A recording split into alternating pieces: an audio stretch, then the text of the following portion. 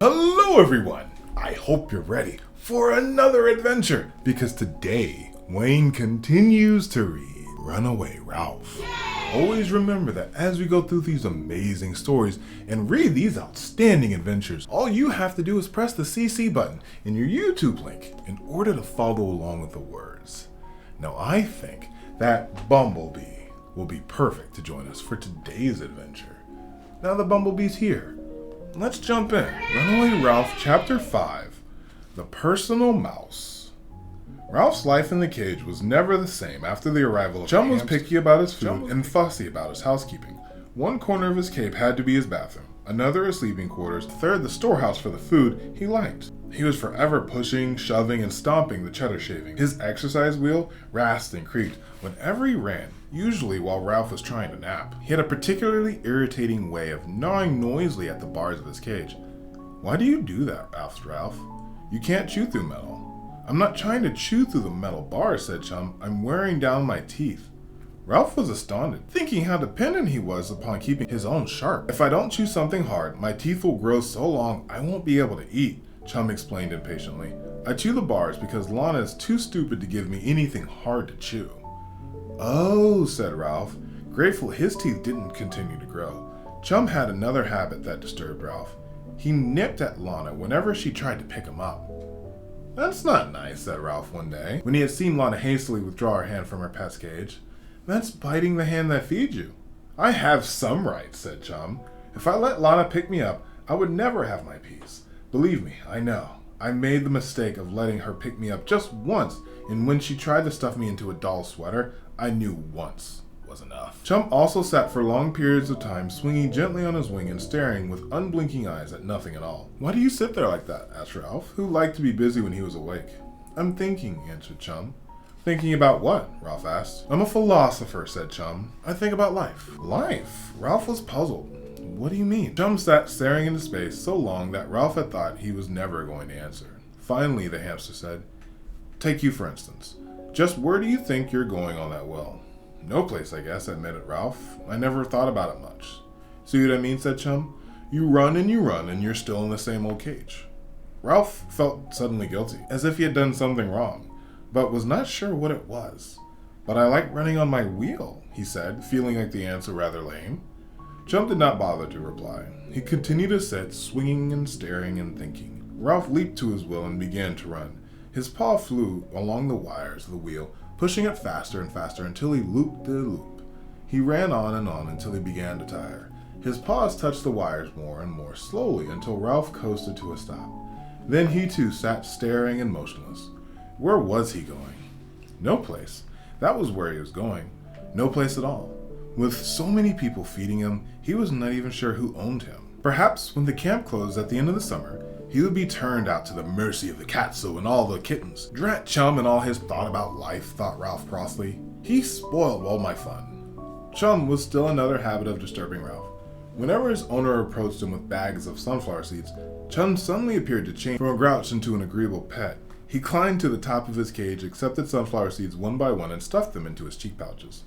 Feeding sunflower seeds to Chum became a daily event in the craft shop. The old campers, some of them counselors, gathered around Lana to watch her feed Chum, and as she handed them the seeds, they would count 14, 15. Ralph watched while Chum's cheeks began to bulge. 22, 23. Still Chum's face stretched. The old show-off, thought Ralph. 27, 28. Chum's head goed so top-heavy that Ralph was sure he would never make it to 30. 30, 31, chanted the campers. Chum was having such difficulty hanging on that Ralph could scarcely bear to watch. 33, those paws were slipping. 34, Chum could no longer support his weight. He fell to the bottom of the cage with a thud that made Ralph cringe. 34, shouted Lana, who enjoyed the attention her pet had received from the older boys and girls. That's Chum's record. Maybe he'll hit 35 tomorrow, someone said as the campers lost interest in the hamster and went off to their riding lessons, or back to their craft work. Chum got to his feet, rather groggy, and went to the storehouse corner of his cage, where he placed his front paws behind his cheek pouch and pushed the seeds out of his mouth until they lay at a heap by his feet. Ralph was disapproving of the whole act of performance. "That's quite an act," he remarked. "Doesn't it hurt when you fall into the bottom of the cage?" "Sure it hurts," said Chum, as he pushed out the last sunflower seed. "But it's worth it." "Just to show off?" asked Ralph. "No, stupid," said Chum. "For the sunflower seeds. Sunflower seeds I don't have to pick out from a lot of alfalfa pellets. I perform, she pays off in sunflower seeds. That's just the way it goes. Yes, but you get hurt, said Ralph. I hate alfalfa pellets, answered Chum simply. Ralph's turn came after lunch, when the campers were in the dining singing a song that they obviously enjoyed, but that Ralph found frightening. Bill Grogan's goat was feeling fine. Ate 3 shirts off the line. Garf silently pushed open the door and Ralph leaped from his wheel. Quickly, Garf unattached the latch in the cage and extended sunflower seeds from his fingers to Ralph. This time he was not singing, but Ralph still did not trust him. Come on, fellow, he coaxed Garf. Ralph retreated to this corner of the cage behind the exercise wheel. Maybe next time, whispered Garf, and hurriedly cleaned the cage and refilled the water bottle while the campfire sang on. The whistle blew, the train drew nigh. Bill Grogan's goat was soon to die. He gave 3 groans of mortal pain, coughed up the shirts, and flagged the train. When the song was finished, the housekeeping for Ralph was completed, and Garf had slipped quietly and silently out of the craft shop without letting the screen door slam or squeak. Ralph stood on his hind legs, holding the bars of his cage with his front paws and wishing Garf were a different kind of boy. Almost all at once, the screen door opened again, and Aunt Jill, with her arm around Garf's shoulder, brought the boy back inside. Sit down, Garf, she said, and sat on the bench outside the work table, scowling. The boy obeyed. What's the trouble, Garf? Asked Aunt Jill kindly. What does she mean? Ralph wondered. Garf stared at the floor. You know you have been breaking one of the camp rules, said Aunt Jill.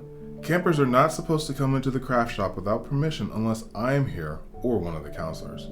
So that's why he's always in a hurry, thought Ralph. He isn't supposed to be here. He not only likes these bloodthirsty songs, he breaks the rules. Garf continued to stare at the floor. Is there anything we can do to help? Persisted the camp director. No, said Garf suddenly.